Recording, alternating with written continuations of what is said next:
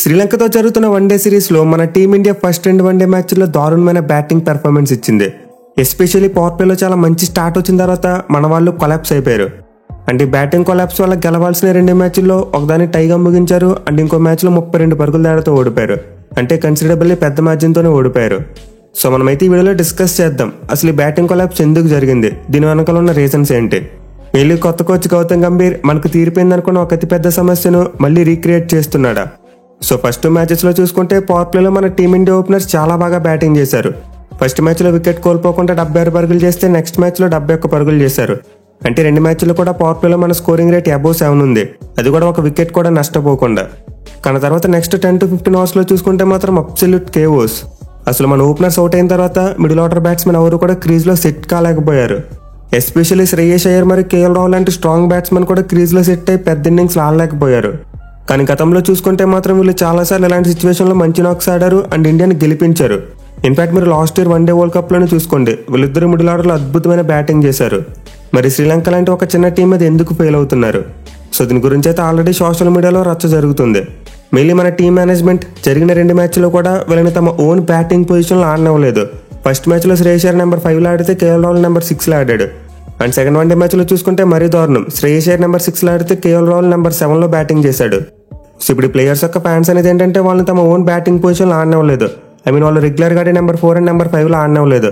అందువల్ల players batting విషయంలో fail అయ్యారని చెప్పి గంభీర్ని క్రిటిసైజ్ చేస్తున్నారు. సో మన వాళ్ళు ఫస్ట్ వన్డే మ్యాచ్లో అయితే నెంబర్ 4లో వాషింగ్టన్ సుందర్ని పంపారు. అండ్ సెకండ్ వన్డే మ్యాచ్లో చూసుకుంటే నెంబర్ 4లో దూబేని పంపితే నెంబర్ 5లో అక్షర్ పటేల్ని పంపారు. అంటే ఇలా ఎందుకు చేశారంటే ఆబ్వియస్లీ లెఫ్ట్ రైట్ కాంబినేషన్ కోసం. బట్ ఇప్పుడు ఇలా చేయడమే మన టీమిండియా కొలాప్స్కి దారి తీసిందంటే కొంతవరకు ఇందులో రియాలిటీ ఉంది. ఎందుకంటే లెఫ్ట్ రైట్ కాంబినేషన్ T20 ఫార్మేట్లో యూజ్ చేయడానికి వన్డే ఫార్మేట్లో యూజ్ చేయడానికి చాలా డిఫరెన్స్ ఉంటుంది. మళ్ళీ T20 ఫార్మేట్లో ఒక బ్యాట్స్మెన్ 3 to 4 అవర్స్ గట్టిగా బ్యాటింగ్ చేస్తే చాలు గేమ్ మీద విపరీతమైన ఇంపాక్ట్ చూపించవచ్చు. బట్ వన్డే ఫార్మేట్లో అలా కాదు, ఒక బ్యాట్స్మెన్ కనీసం ఒక 10 to 15 అవర్స్ ఆడితే కానీ గేమ్ మీద సరైన ఇంపాక్ట్ చూపించలేడు. పైగా లెఫ్ట్ రైట్ కాంబినేషన్ అనేది న్యాచురల్గా ఉండాలి, ఫోర్స్ఫుల్గా ఇరికించకూడదు.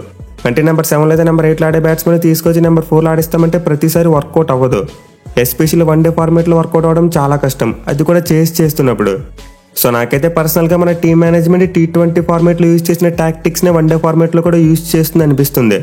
అఫ్కోర్స్ నేనైతే లెఫ్ట్ రైట్ కాంబినేషన్కి అసలు వ్యతిరేకం కాదు, నేను ఇప్పుడు కూడా లెఫ్ట్ రైట్ కాంబినేషన్ కోరుకుంటాను. ఎందుకంటే అది బౌలర్స్ యొక్క రిథమ్ని దెబ్బతీస్తుంది.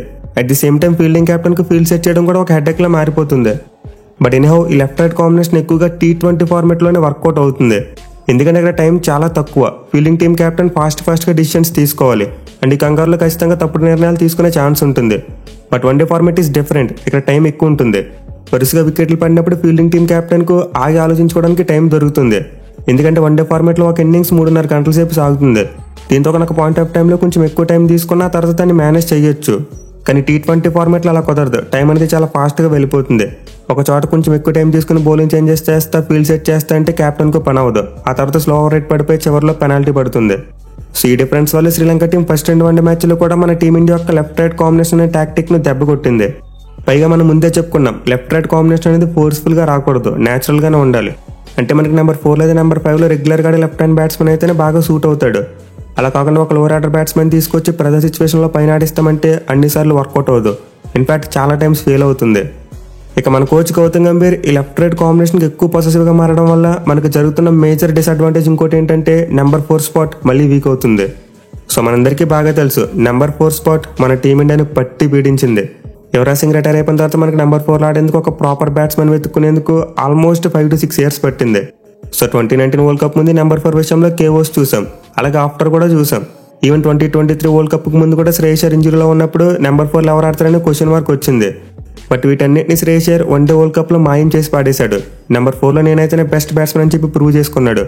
ఇన్ఫాక్ట్ మన టీమిండియా తరపున ఒక వన్డే వరల్డ్ కప్లో మిడిల్ ఆర్డర్లో ఆడుతూ ఎక్కువ రన్స్ కొట్టిన బ్యాట్స్మెన్గా రికార్డ్ని క్రియేట్ చేశాడు. సో సింపుల్గా చెప్పాలంటే నెక్స్ట్ 2 వన్డే వరల్డ్ కప్స్లో నేనే మీకు నెంబర్ 4 బ్యాట్స్మెన్ అనే భరోసా కలిగించాడు.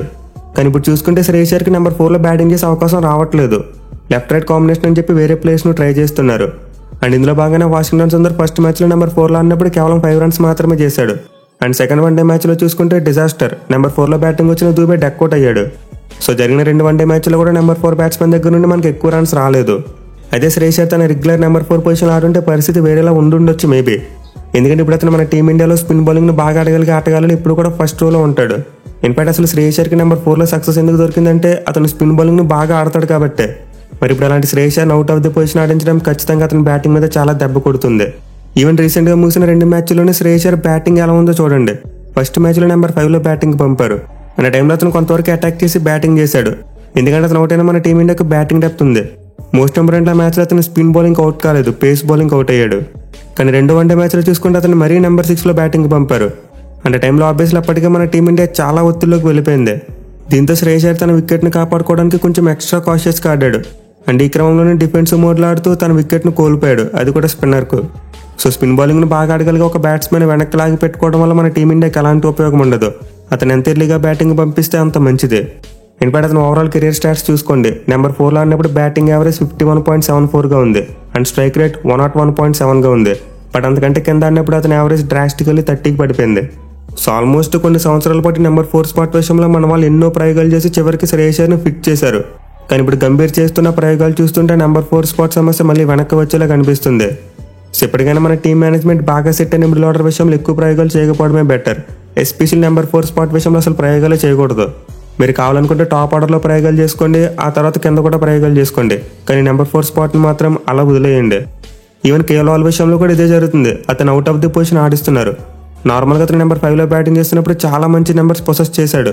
కానీ ఇప్పుడు అతను ఇంకా కిందకి నెట్టేసి నెంబర్ 6 మరియు నెంబర్ 7లో ఆడిస్తామంటే మేబీ అతని నుంచి బెస్ట్ పెర్ఫార్మెన్స్ రాకపోవచ్చు. సో అనవసరంగా మన టీం మేనేజ్మెంట్ మిడిల్ ఆర్డర్తో మరీ ఎక్కువ ఆడేసుకుంటుంది. మెయిన్లీ మనం ఆల్మోస్ట్ ఇదే మిడిల్ ఆర్డర్తో ఏషియా కప్ మరియు వన్డే వరల్డ్ కప్లో చాలా మంచి ఫలితాలు చూసాం. ఇన్ఫాక్ట్ వన్డే వరల్డ్ కప్ ఫైనల్లో కూడా మన టీం క్విక్గా 3 వికెట్స్ కోల్పోయినప్పుడు రాహుల్ మరియు కోహ్లీ కలిసి పెద్ద పార్ట్నర్షిప్ నెలకొల్పారు. సో ఐ థింక్ వన్డే ఫార్మాట్లో మన వాళ్ళు మిడిల్ ఆర్డర్లో ఎక్కువ ప్రయోగాలు చేయకపోవడమే బెటర్. ఎస్పెషల్లీ ఛాంపియన్స్ ట్రోఫీని దగ్గరలో పెట్టుకుని ఇలాంటి ప్రయోగాలు అస్సలు చేయకూడదు.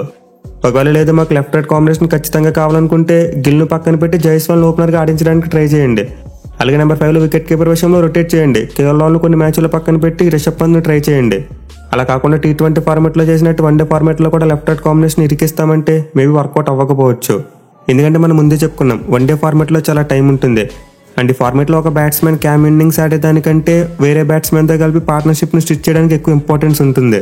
సో మన టీమిండియా మిడిల్ ఆర్డర్ బ్యాట్స్మెన్ ఎన్నాళ్ళు తమ ఓన్ పొజిషన్లో ఆడేందుకు చాలా ట్రైనింగ్ తీసుకున్నారు. డిఫరెంట్ సిరీస్లో రకరకాలైన సిచ్యువేషన్లో బ్యాటింగ్ చేస్తూ తమని తాము ప్రూవ్ చేసుకున్నారు. బట్ అలా ప్రూవ్ చేసుకున్న బ్యాట్స్మెన్ ఇప్పుడు అవుట్ ఆఫ్ ది ప్లేస్ ఆడించి టీంలో వాళ్ళ ప్లేస్ని గందరగోళంలో పెట్టడం అంత మంచి విషయం కాదు.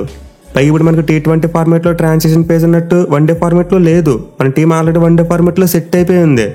సో ఆల్రెడీ కేఎల్ రాహుల్ మరియు శ్రేయస్ అయ్యర్ తమ ఓన్ బ్యాటింగ్ పొజిషన్ ఆడేందుకు చాలాసార్లు టెస్ట్ అయి ఉన్నారు. దీంతో సిచ్యువేషన్ ఏదైనా సరే వాళ్ళని తమ రెగ్యులర్ పొజిషన్లో బ్యాటింగ్ పంపితే బెటర్ అని చెప్పి నా ఉద్దేశం. మరి మీరేమనుకుంటున్నారు కింద కామెంట్ చేయండి. Thank you for watching. Have a nice day.